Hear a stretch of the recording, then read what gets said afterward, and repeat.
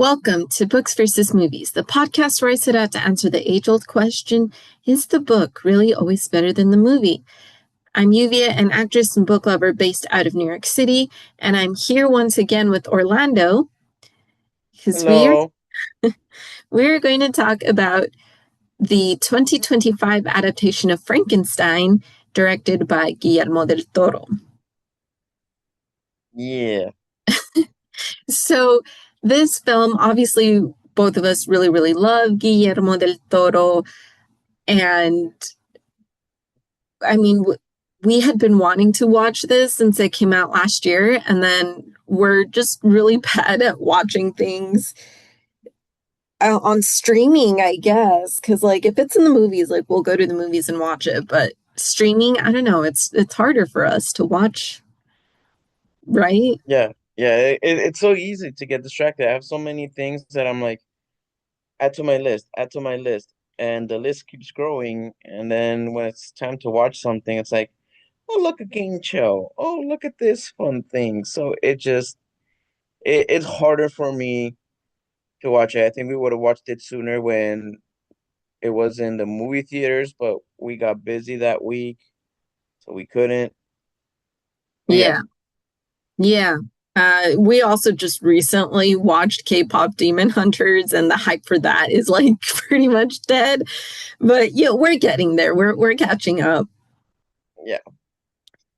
So this is gonna be kind of like the Little Women episode, I guess, like the catch up episode I did a while back, where it was like I watched a different adaptation of this and I just gave my thoughts on it.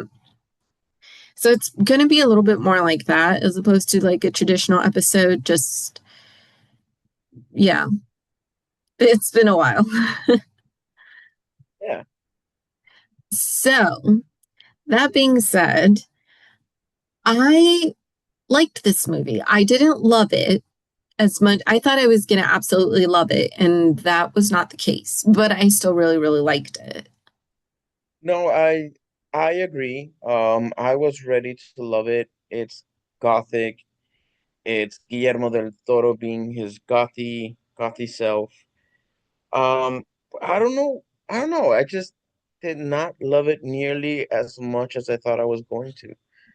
And it's not even the acting, it's not even the cinematography or anything. It just did not hit the way I was expecting it to. Yeah, for sure.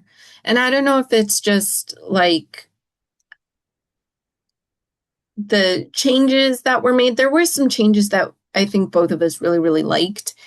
And then there were some changes that we didn't necessarily see the point of it. And I guess, like, for me, the biggest change that I was like, I don't understand why this change was made, but it is like you pointed it out. It is like his signature, which is the woman falling in love with the creature.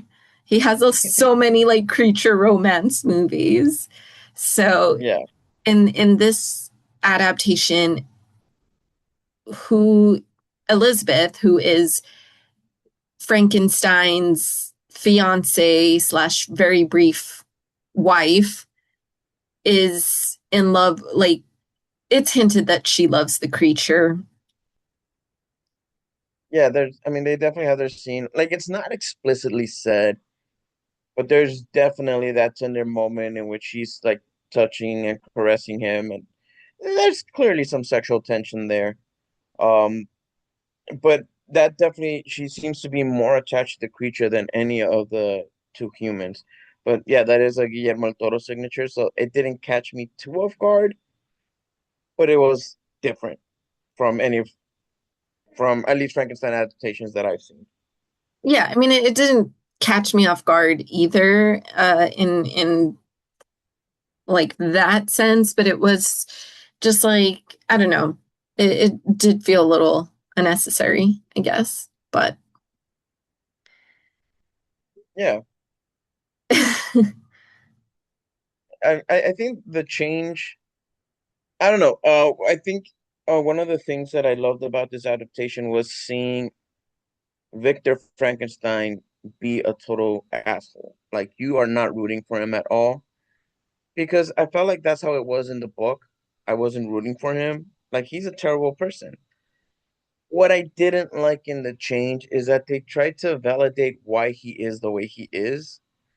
They gave him his whole mom backstory with the mom issues and attachment. And I guess this is spoiler alert territory, but they gave him this whole backstory where the father is abusive and let's pretty much abuses his pregnant wife, and that's why she dies, and that's what creates Victor Frankenstein's obsession with death. And I don't know. I like a Victor Frankenstein that's just an asshole because he's ambitious. He's overly ambitious. I didn't feel like I needed a reason why he turned that, and I think that's just something we continuously deal with. I mean, there's the whole Joker movie that tried to explain why Joker turned the way he is. It's like I don't need that. Some people are just evil, and I think the Victor Frankenstein in the book is evil because he's ambitious. He's an asshole because he's ambitious. So I just felt like I didn't need all of that tragic backstory to explain why he became the scientist he became. Yeah, for sure. He has a very severe Oedipus complex. This version does. And I did not recognize her, but Mia Goth plays his mom as well as his love interest. Yeah, I did not I don't know. Maybe I didn't get a good look at the mom's face, but I didn't recognize Mia Goth as the mom. Yeah, But me either that until you told was me. yeah, that was a very intentional choice that Guillermo del Toro and Mia Goth made, where it was like, well, he has some serious mommy issues and Oedipus complex, so let's have the same actress play the two roles. But I agree. It was just like I don't know. The his backstory was it did feel a little unnecessary to me. I will agree with that. Yeah, yeah, I don't. Yeah, it's just we didn't need it.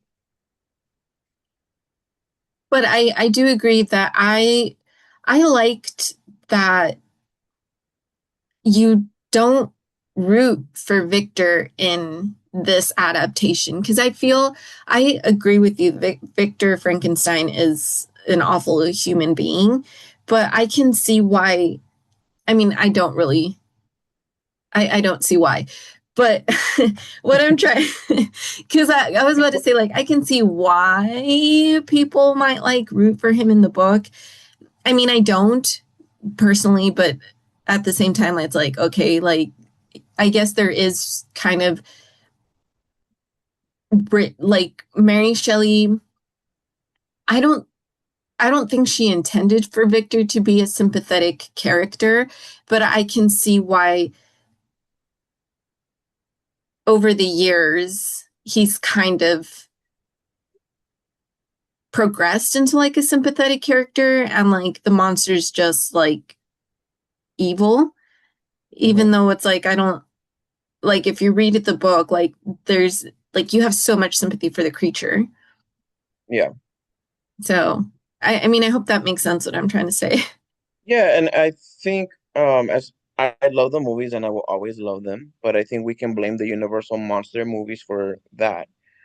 They definitely created the monster rampage that gets out of control, and poor Victor Frankenstein lost control of the creature he created. And unfortunately, we're a visual being. Not many people read, so that's become the Frankenstein monster that we know. So I feel like we can blame those movies for creating that element. So it was nice and refreshing to go back to what the book intended, for us to care more about the creature. Because I do feel like I did care more for the creature than any of the other characters. Oh, for sure. Guillermo del Toro also I mean he's said many times that Frankenstein was one of his favorite books growing up. So I can understand why he he understands the roles of Frankenstein and his creature. But Guillermo del Toro also loves his creatures, so I'm not surprised how we get a more sympathetic view of the creature. He But just I has, go ahead. no, go ahead. I was gonna say he just has this way of just make humanizing creatures and giving them so much heart and soul. Um, so that's one of the things I love about him as a director. Yeah. And so yeah, so there in this film you definitely sympathize with the creature, and there's so much the humanity you see in the book you see in this version. So I did like that.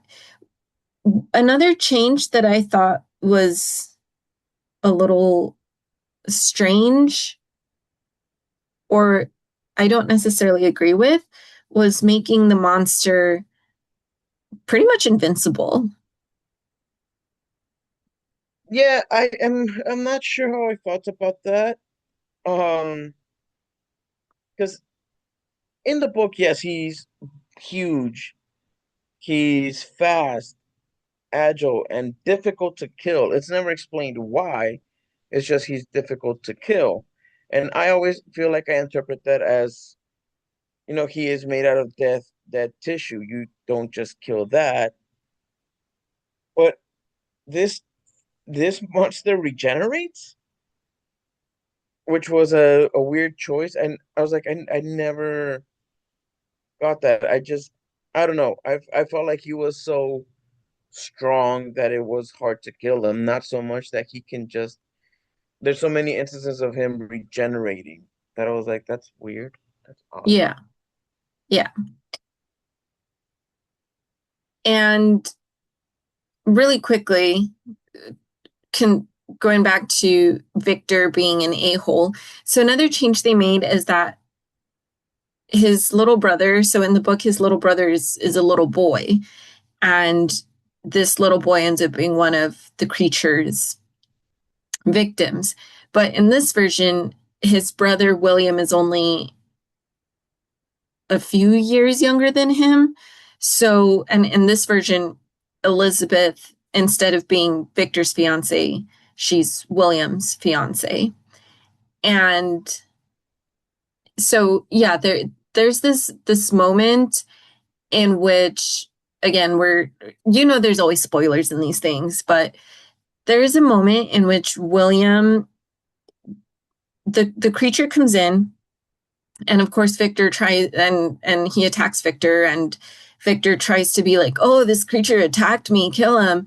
And the monster ends up fatally wounding William on accident. And William says the creature flees, and Victor goes up to William and is like, brother, brother. And his brother's like, screw you, asshole. I mean, he doesn't say that, but it's just Yeah, this really glorious moment where it's like, I'm glad your brother recognizes who's the actual monster. yeah, I wish I could quote that line because he said it so beautifully. Because that's another element that they've thrown in into Victor Frankenstein. He tosses blame to everyone else. Like he ends up killing he himself ends up causing the death of Elizabeth's uncle, but he covers it up and says, "No, it was the creature. It was the creature." So he keeps pointing everything towards the creature. So it was so beautiful for the brother to look him in the eyes as he's dying and be like, "You are the monster. You're the one I've been afraid of." Oh, I wish I could quote that line. It was so beautifully said. Yeah, it was just like chef's kiss. And there was something else I wanted to bring up concerning Victor. I want to bring up the incel element of this Victor. Yes, yes, yes, yes. Like, first of all, Elizabeth is, as you were mentioning, she's said to marry.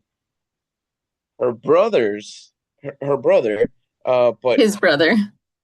that's what I mean, his brother, and he doesn't want that. He wants her for him, and he really doesn't start wanting to destroy the monster until he sees that she has some sort of liking towards the monster.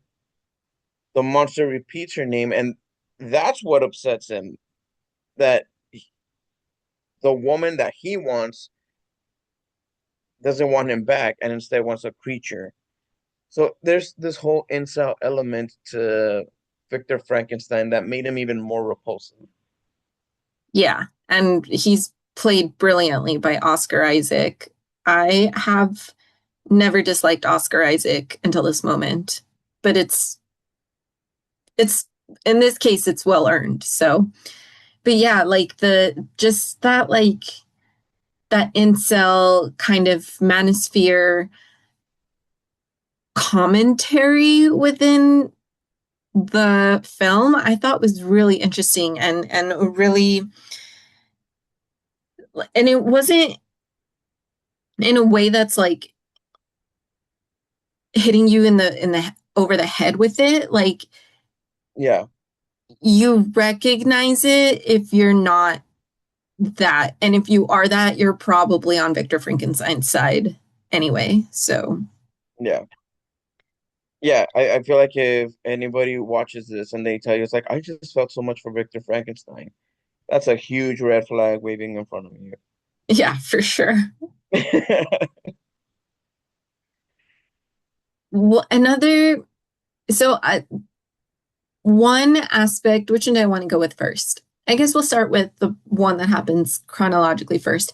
But I will say one change that I liked, and I don't know if a lot of people would like it, but I liked it, which is when I was going to say Frankenstein, when the creature is staying with the blind man and he goes off, like he's taught by the blind man, and they become really good friends, and he's hoping that his that by forming this relationship with the blind man, he'll be able to eventually form a relationship with the blind man's family and he won't be alone in the world and all that. Mhm. He leaves on a journey to discover himself, and then he comes back, and the blind man has been attacked by wolves. And like he survives for not much longer, but he survives long enough to tell the creature like thank you for everything or whatever. And then as he's dying, the creature's holding him in his arms and he's dying. The blind man's family comes back in, and that's what causes them to go after the creature. And the only reason I like that change is because that scene in the book is just so heartbreaking because it's like It's so difficult. it's so like he's been nothing but kind and good to this blind man, and this blind man has like they've just forged like this beautiful bond and friendship, and then his family shows up and they're like, oh my gosh, this creature's hideous, I'm gonna kill him because he's out to hurt my father. And it's like, but the blind man, as you're attacking the creature, is telling you like, no, no, don't attack him. So it's like, I get that he's ugly, but weren't you listening to this man that's like telling you not, and then to just move him out of the cottage. So I liked that change just because it's like, well, I can see why coming back the family would be like, this creature just killed our father, let's attack him in return. Yeah, and because like one of the things that they did keep, the creature while he's hiding out in this barn starts to assist the family. He starts cutting the wood for them, and they start calling them their what is it, their forest angel or something like that. Forest forest spirit, I think. or a spirit. Um, they start recognizing that there's something there. So it makes no sense to me, mind you, we're also in a very different era.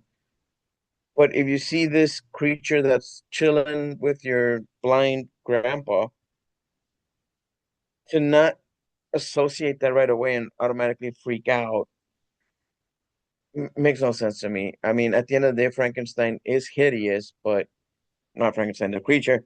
The creature is hideous, um, but he's not.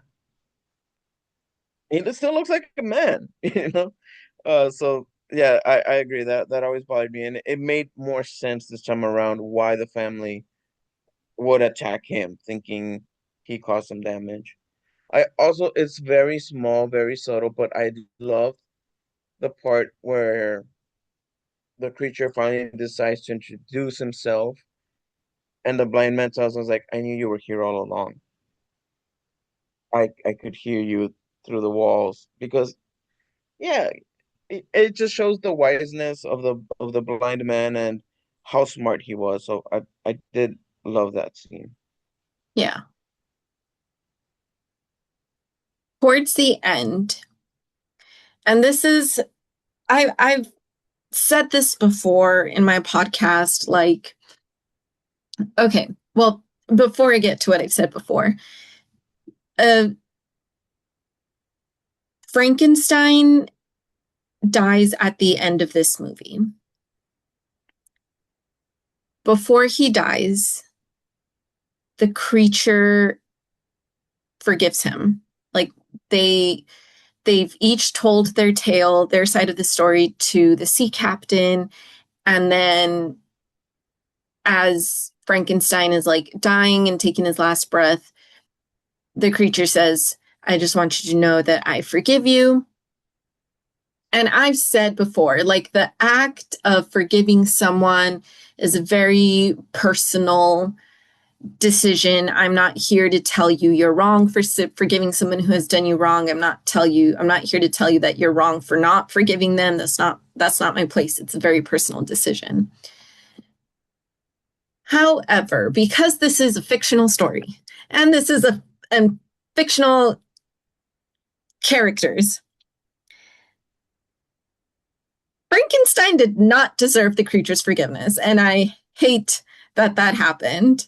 I mean, mind you, it shows how much more of a better person the creature ever was. Like he's 10 times the man that Frankenstein would ever be, but it's still like it in this movie, in this instance, I just want to end it with him not getting any of that. He deserves to die Yeah, alone and hated. yeah, I agree. He had no redemption. There was no redemption arc. I Because that is something that I feel like the is more clear, obviously, in the book. In the book, he ends up the after the creature's wish of creating a partner gets denied, he goes on his rampage, killing everybody that Victor loves and leads to the hunting of each other. So that I feel like was because it was missing in this one. Victor didn't get any sort of redemption. Like he didn't lose anything. Everything that he lost um was by his own doing. Mind you, in the book it's the same thing. It's by his own doing, but the creature was still the hand that did it. In this one it wasn't. Like his brother died because of him. Is Does Elizabeth die? I don't remember. I don't even Yeah, she remember the does. die. That's right. She dies. But again, it's because of him. Like all of it is because of him. So it was just there was just nothing for us to say, oh man, he feels bad for what he did. Like there was just absolutely nothing. So I would agree that that moment was not it just did not happen. Like there's no reason to forgive him. Yeah. And I I know in the book there's a little bit of the captain telling the creatures like you spent your whole life wishing this man dead, and now that he's dead, what are you doing with your life? And that's kind of like the creatures. That's how he ends up. He ends up in a dark place because he's like, I did spend my whole time hunting this man, and now there's nothing but the hate I felt for him. So I don't know if they were trying to like redeem that so the creature has more of a closed ending. But it just wasn't on the Victor level, it was not earned in any way. Yeah. But overall, like I said, I did like this film and I think it's worth checking out. I rated this film 3.5 stars, and I believe I still rated the book 3 stars. But kind of like with the OG Frankenstein movies from the 30s, the my rating for the film is higher just based on the content of the film itself. But I think I would still recommend the book more. Check them both out. I think they're definitely both worth checking out. And as an adaptation, it's interesting to see how Guillermo del Toro brought the story that he loves so much to life and the changes he decided to make. So I think they're still both worth checking out, but I think the book is still the winner for me. What about you, Orlando? Yeah, yeah, for sure. I think um with the OGs, I feel like they always will have a nostalgia factor for me, which is why I rated them kind of separately. Because I rated the movie 3.5, and I think I also rated the book 3.5 or 4. One of those two. Um, but yeah, I would recommend the book, but I still recommend watching the movie. I think that's the magic of some of these movies that get adapted so many times. There's a certain magic of seeing this person's interpretation or their twist on it. And I do appreciate the Guillermo del Toro-ness of it. Like, there's a certain bodily, I don't want to say it's not body horror, but the way he's creating the pieces, the gothic nature of the buildings, the costumes. There's just a clear love of the book, Yeah, and of the source of material. There's a clear love of it and a clear respect of it that I would say I would recommend watching the movie because it's worth it for that reason. Um, yeah, so, but I would say if I'm choosing a winner here, it would be the book. yeah, for sure. And one thing that, because the creature in this version is able to regenerate, it's implied that he's immortal. And the idea of immortality always just messes with me in all the wrong ways. Like to me, like there's some topics that make people uncomfortable, whether it be like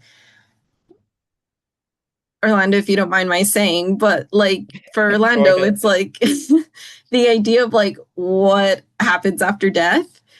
And that just like that topic kind of like makes him really uncomfortable and throws him into an existential crisis. What does that for me is immortality, just because the idea of immortality just makes me really, really sad Yeah, because you like no matter who the creature ends up befriending in the future, because I believe he will, he's like every few cycles, every few generations, he has to start over from scratch. And he's just going to see people he loves die over and over again. And I just like I blame AI, the movie AI from the early 2000s, for giving me this existential crisis. Orlando knows about this, but there's a a character who's an android, I think, but he's in the form of a teddy bear. And this movie's like early 2000s.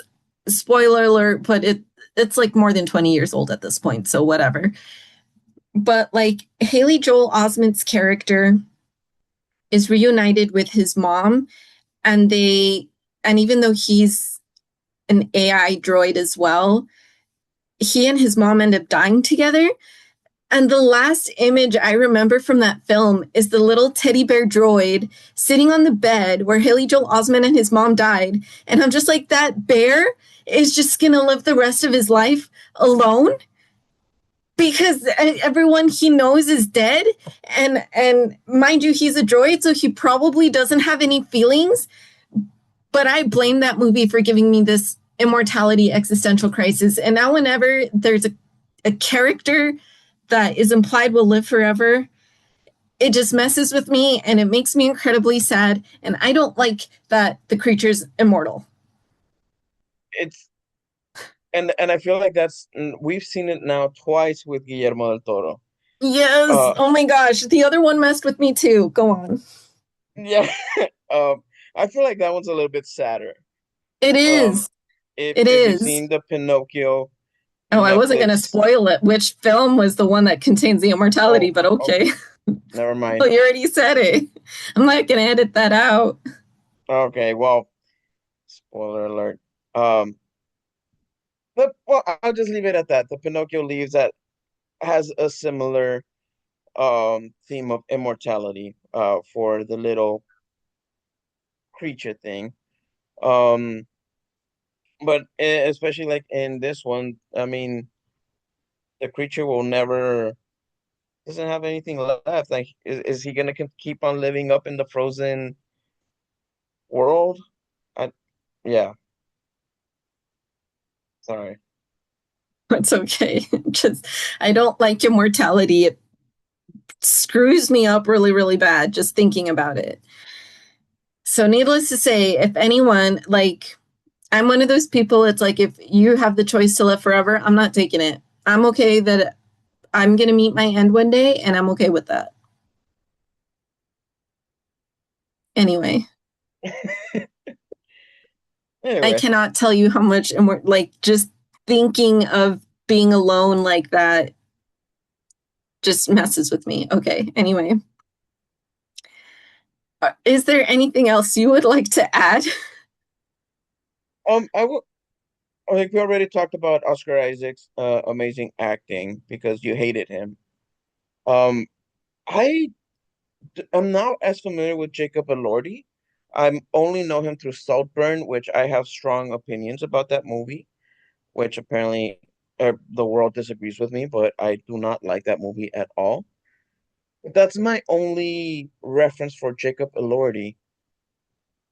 So seeing him as the creature, I was really impressed. I was very impressed by his acting.